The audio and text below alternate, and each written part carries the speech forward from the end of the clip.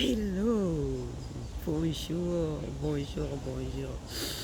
Hmm, je respire,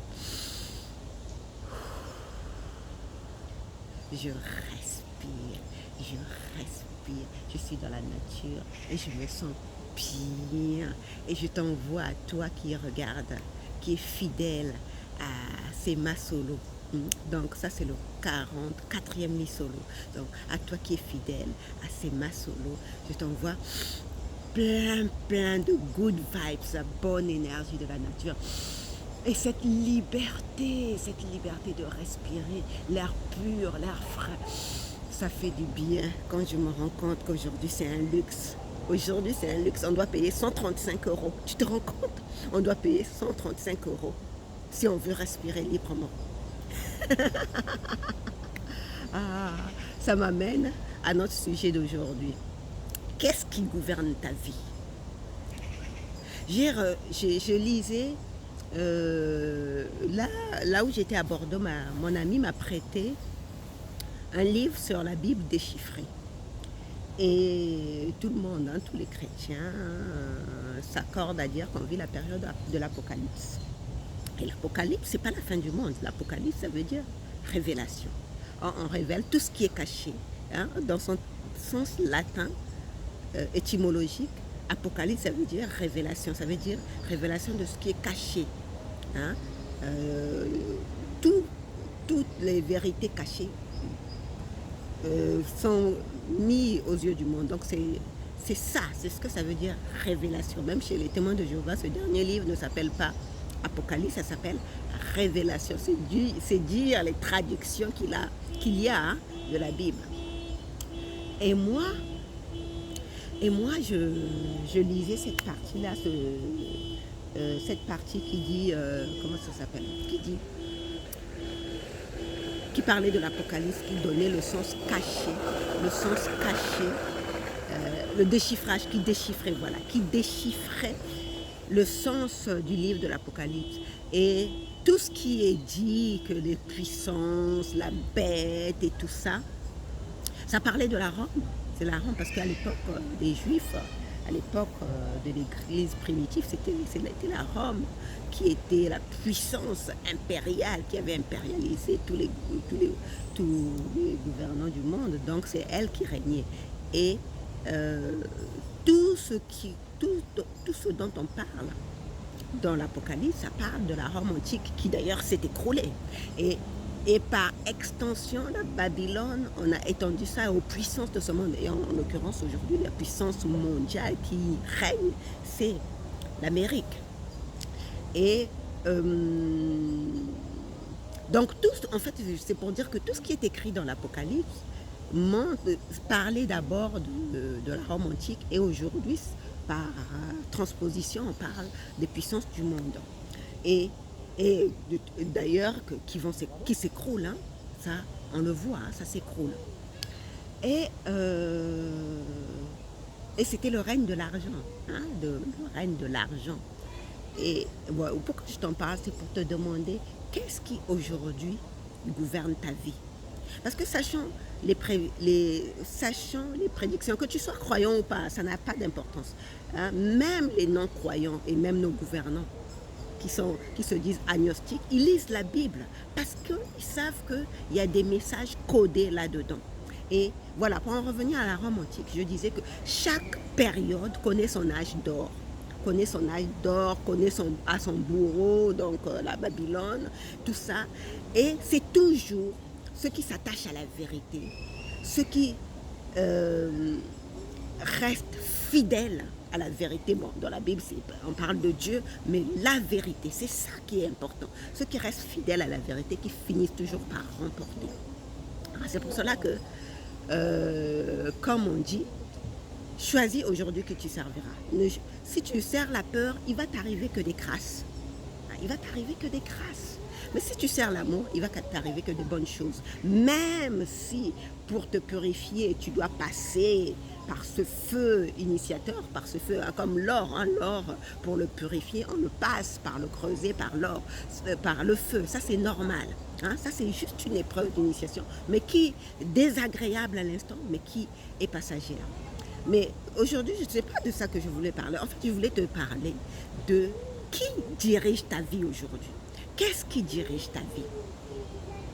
Est-ce que c'est l'argent ou est-ce que c'est toi et tes valeurs? Qu'est-ce qui gouverne ta vie? Est-ce que c'est ce qui est en toi?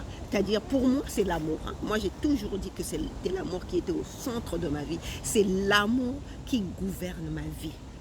Et je ne veux laisser rien d'autre venir ébranler cet équilibre que je reçois de l'amour du divin. Et quand je suis dans cette vibration d'amour, je sais que quel que soit ce qui va m'arriver, même si en apparence, ça semble être difficile, ça semble être catastrophique, mais moi, à l'intérieur de moi, je sais que tout va bien se terminer. C'est pour cela que je reste fidèle, à mon sentiment d'amour. C'est pour cela que je reste fidèle à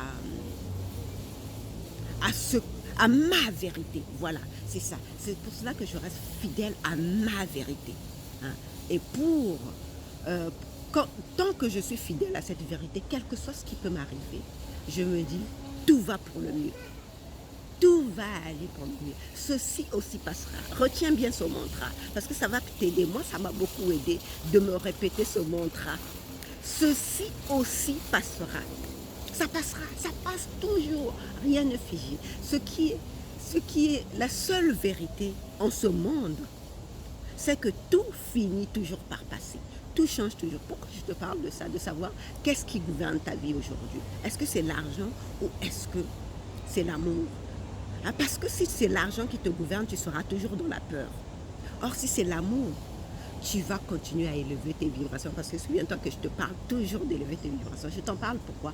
Parce que hier, je te disais, dans la vidéo d'hier, je te disais que j'attendais mon amie.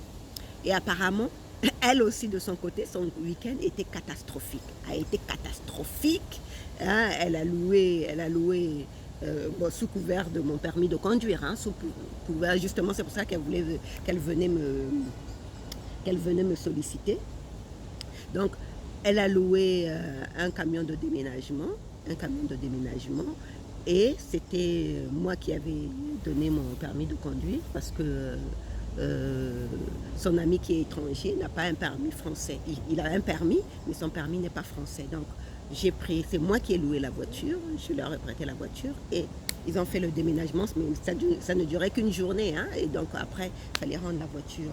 Et il leur est arrivé plein de crasses. Et moi, j'étais partie au week-end à Rocamadour, hein, comme je t'ai raconté. Finalement, la vidéo, j'ai pu la charger. Là, tu vois, j'espère que tu as pu regarder la vidéo et rigoler un peu avec moi. Parce que ça m'a tellement fait rire. Oui, donc, elle a été catastrophée par toute cette arnaque autour, parce que ce sont des sites, des plateformes où tu lis de particulier à particulier. Et puis apparemment, la personne qui leur a loué le camion est rentrée dans une sorte de combine pour vouloir les arnaquer et leur faire payer beaucoup plus d'argent. Et tout ça a été prélevé sur mon compte. Moi, quand je suis venue, quand je suis rentrée, j'ai regardé mon compte et effectivement, il y avait des prélèvements de cette plateforme-là. Mais je me suis dit qu'elle va m'expliquer ce qui se passe. Donc, je ne me suis pas inquiétée outre mesure. Et, or, il y avait pire que ça. Donc, quand elle est venue me voir, là, elle était toute catastrophée, se disait, voilà ce qui nous arrive. Et donc, je lui ai dit, mais calme-toi. Il n'y a rien, qu'est-ce qui se passe? Explique-moi, qu'est-ce qui se passe réellement? Donc, elle m'a expliqué, elle et son ami m'ont expliqué. Je leur ai tout simplement dit, il n'y a rien de grave. La seule chose à faire, déjà, si cet homme veut vous arnaquer, ben moi, ce que je vais faire opposition à ma carte. Point barre. Je fais opposition à ma carte. J'ai fait opposition à ma carte directement, puisque aujourd'hui, on peut faire ça par téléphone. J'ai fait opposition à ma carte bleue. Parce que comme ça, il ne prélève plus sur mon compte. Maintenant, vous allez suivre la procédure normale, c'est-à-dire écrire une lettre recommandée avec accusé de réception pour expliquer l'arnaque. Et maintenant, quand la plateforme va vous répondre, s'il faut qu'on aille porter plainte, on ira porter plainte. Mais il n'y a pas à se mettre martel en tête. Et l'arnaque dans laquelle ils devaient se trouver s'élevait à environ 400 €. Moi, je leur ai dit, mais vous êtes en train de vous mettre dans cet état pour, enfin même pas, 250 euros. Vous êtes en train de vous mettre dans cet état pour 250 euros. Mais moi, toutes les crasses qui me sont arrivées pendant le week-end s'élèvent à 750 euros. Donc tu vois, mais regarde-moi, je suis dans la joie et la bonne humeur. Pourquoi? Parce que sur le champ, quand j'ai eu cette crasse-là, parce qu'en fait, pour t'expliquer, c'est la carrosserie de la voiture de location que j'ai emboutie. Il y a eu un impact sur la carrosserie de la voiture de location. Donc, apparemment, ça coûte très cher. Quand ça m'est arrivé, sur le coup, je me suis dit, merde, merde, merde, merde, merde. Et j'étais un peu, je me suis dit, non. En plus, c'était avant que je ne parte. Je me suis dit, non, tant qu'à faire, j'ai déjà loué la voiture. L'impact, on viendra régler ça au retour. Je fais la route. Donc j'ai fait la route avec l'impact de la carrosserie. Et après, j'ai passé mon pèlerinage, j'ai expliqué tout ça. Et avec toutes les catastrophes que j'ai eues avec la voiture électrique, j'ai dit, bah, dis donc, ce week-end, il n'y avait que des catastrophes. Finalement, ce week-end, j'avais prévu que ça me coûte à peu près 150 euros, ça va me coûter 1000 euros. Bah, c'est pas grave. Pour moi, c'est pas grave. Et puis, pourquoi je me suis mis dans cet état d'esprit? Je me suis dit, mais pourquoi je me mets dans cet état d'esprit de catastrophisme, c'est la fin du monde? C'est quoi? Qu'est-ce qui me rend comme ça? Je me suis dit, mais c'est parce que c'est une histoire de sous. Donc c'est une histoire de sous, c'est à cause de l'argent que je veux me mettre dans un état comme ça. Alors que moi je parle d'élever mes vibrations. Donc je suis en train d'abaisser mes vibrations. J'ai fait un pèlerinage. Je me suis détendue, je me suis ressourcée, j'ai rencontré des gens sympas, j'ai rencontré une dame sympa avec qui je vais échanger. J'ai rencontré une dame sympa. Et moi, juste pour une histoire de sous que je vais devoir dépenser, en plus de ce que j'avais prévu, je suis en train de me mettre dans cet état. Mais où est ma vérité là-dedans? Choisis aujourd'hui qui tu serviras. Tu sers qui? Tu sers l'argent ou tu sers l'amour? Tu sers la peur ou tu sers l'amour? Quand je me suis ressaisie, je me suis dit hors de question que l'argent me mette dans cet état. Il est hors de question pour moi que une histoire de sous me mette dans cet état. Et j'ai récupéré mon allant. Et pour moi, j'ai terminé mon week-end en beauté. Je suis rentrée, j'ai vu les choses que j'avais à régler. Je les ai réglées, j'ai appelé l'agence de location. En plus, le monsieur, il est bienveillant d'une gentillesse. Il m'a dit, madame, détendez-vous, reposez-vous. Ça a été une sacrée aventure. Vous êtes une vraie chef. Vous êtes devenue une vraie chef des voitures électriques. Allez, détendez-vous. On va régler le reste demain. Tu vois? C'est parce que moi-même, je suis dans une vibration d'amour, d'alignement. Je veille à rester toujours alignée pour que les choses se passent bien. Même si en apparence, ça semble être une catastrophe, pour moi, je sais que ça va finir par bien s'arranger. Les miracles existent. Les gens ne croient pas aux miracles. Les miracles existent. On en vit tous les jours. Tous les jours, on en vit. Il y a cette histoire de Beyrouth là, hein, avec le feu Beyrouth qui brûlait là. J'ai appris ça comme ça je ne sais pas si entre deux vidéos ou bien chez mes amis. Comme je ne regarde pas la télé et ils ont un grand écran comme ça, donc je ne peux pas y couper. Il y avait des infos qui passaient. Et puis, apparemment, une femme aurait sauvé 3 bébés qui étaient dans les décombres apparemment. Elle a sauvé des triplés, des nouveau-nés. Les miracles existent. Je ne sais pas si tu as entendu parler de cette histoire-là. Apparemment, c'est passé au journal de 20h. Elle a sauvé des triplés. Tu vois que des miracles existent partout. Alors, pourquoi se mettre martel en tel pour une histoire de sous? Aujourd'hui, tout le monde a peur. Tout le monde a peur. Parce qu'on va leur coller une amende de 135 euros.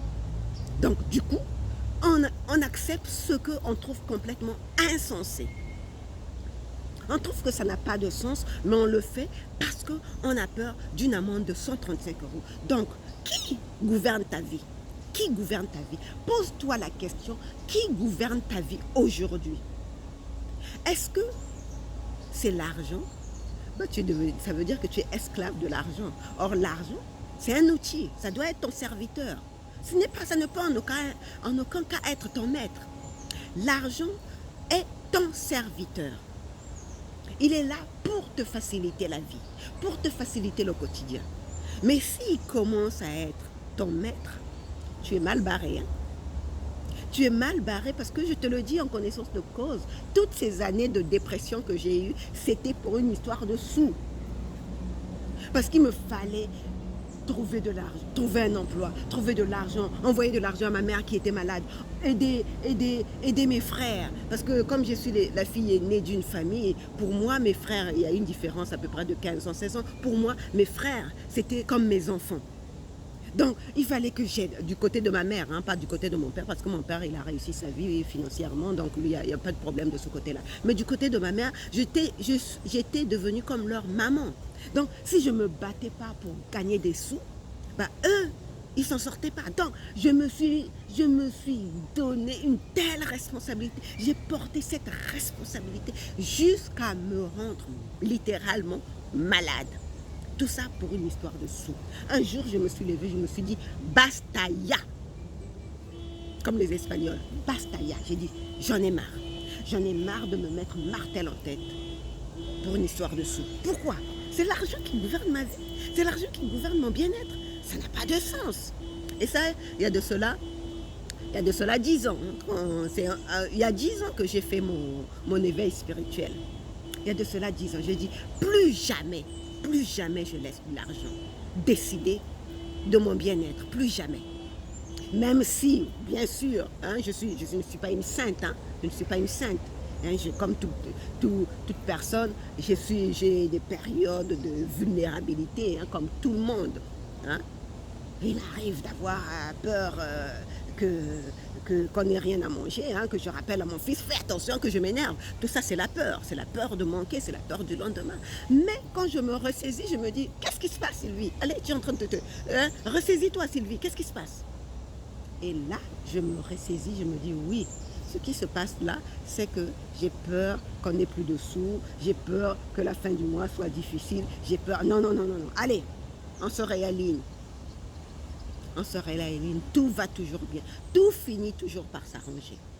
Tout finit toujours par s'arranger. Hein? On est en train de nous annoncer, là, moi je regarde souvent les émissions d'économie. J'aime bien parce que comme j'ai un projet entrepreneurial, je veux savoir comment l'économie va virer dans les années qui suivent. Donc je m'intéresse beaucoup à ça. On est en train de nous annoncer une grosse catastrophe financière. Et pendant ce temps, la population est soumise à un diktat d'une crise sanitaire. Mais à côté, il y a une vraie crise qui s'annonce. Qu'est-ce qu'on choisit? On choisit d'être dans la peur. On choisit d'être dans la peur. Ou on choisit l'amour. Pour moi, mon choix est clair. Depuis le début, mon choix est clair. Mon choix, c'est l'amour. J'ai choisi d'être dans l'amour. Et tu sais que quand tu choisis l'amour, l'amour c'est Dieu. Hein, Dieu est amour. Alors moi, je dis toujours, je choisis Dieu. Dieu est amour. Je vais te raconter une histoire. Ça, je l'ai écrit dans mon livre. Si ça t'intéresse, je mets toujours les liens. Ça, je l'ai écrit dans mon livre. À une époque, j'ai été en centre de rétention. J'ai été en centre de rétention et on devait m'expulser il y a longtemps de cela, avant que mon fils était encore enfant. Mon fils était encore enfant. Et c'était très dur. J'admets que c'était très dur. C'était très, très dur, nerveusement. Hein? Nerveusement, c'était dur. Mais à un moment donné, parce que j'ai passé 5 jours, hein? C'était même ici à Cornebarieux, c'est drôle. Hein? Quand ma voisine à qui j'ai donné mon livre, quand elle a lu ça, elle m'a dit, Sylvie, si j'étais toi, je ne serais jamais revenue à Toulouse. À l'époque, je vivais à Paris. Hein? À l'époque, je vivais à Paris. Elle me dit, si j'étais toi, je ne serais jamais venue vivre à Toulouse. J'ai dit, mais pourquoi? Le passé est passé, le passé est révolu. Donc, je suis restée 5 jours là-bas, en rétention. Et comme j'ai toujours prié, j'ai toujours beaucoup prié. Hein, j'ai prié en l'occurrence, moi je suis de confession catholique, j'ai toujours prié la Sainte Vierge Marie. Et justement pour la petite histoire, j'allais en pèlerinage à Lourdes. C'est ironique, hein? J'allais en pèlerinage à Lourdes sur le chemin, voilà que la police est rentrée dans le train et comme j'avais pas de papier, bah, on m'a arrêté, on m'a mis en centre de rétention. Et donc, pendant les 5 jours de détention, on va dire ça comme ça, hein, de détention, j'étais à bout de nerfs. Je peux dire que j'étais à bout de nerfs. Je pleurais tout le temps, je ne voulais pas manger.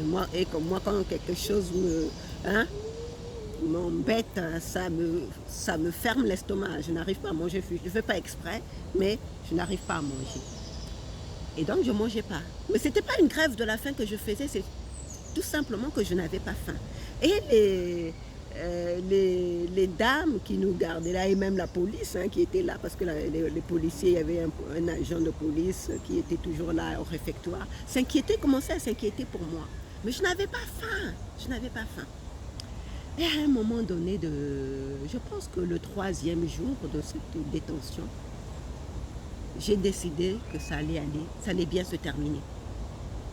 Que ça allait bien se terminer, que j'allais rentrer. En fait, ce qui m'avait fait péter les plans, parce que j'ai vraiment pété les plans en cours de truc, c'est que j'étais sans mon fils. Mon fils n'était pas avec moi, il n'avait que 2 ans. En fait, je l'avais confié à sa marraine et je lui ai dit, moi je te le confie et moi je vais en pèlerinage à Lourdes et puis quand je reviens, je le récupère. Et donc, mon fils commençait vraiment à me manquer, tu imagines, hein, une mère qui est en détention sans son fils, c'est comme ça que j'ai commencé à péter les plombs.